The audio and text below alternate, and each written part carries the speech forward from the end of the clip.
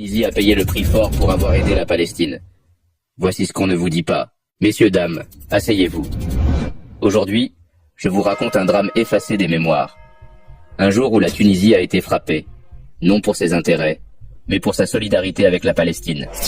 On est en 1985, à Hamamchat, une ville paisible au sud de Tunis.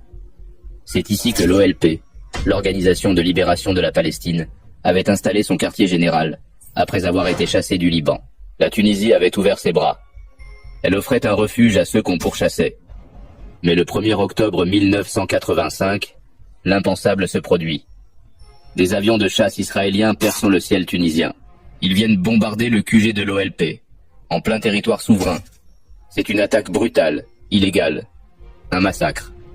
Le bilan est lourd. Plus de 60 morts.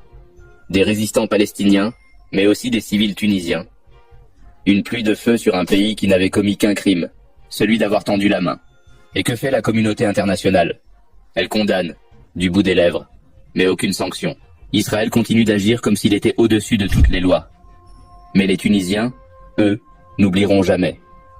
Hamamchat est devenu un symbole. Un rappel que la cause palestinienne est aussi la nôtre, dans la chair, dans les familles, dans la mémoire. Et ce n'était pas un acte isolé.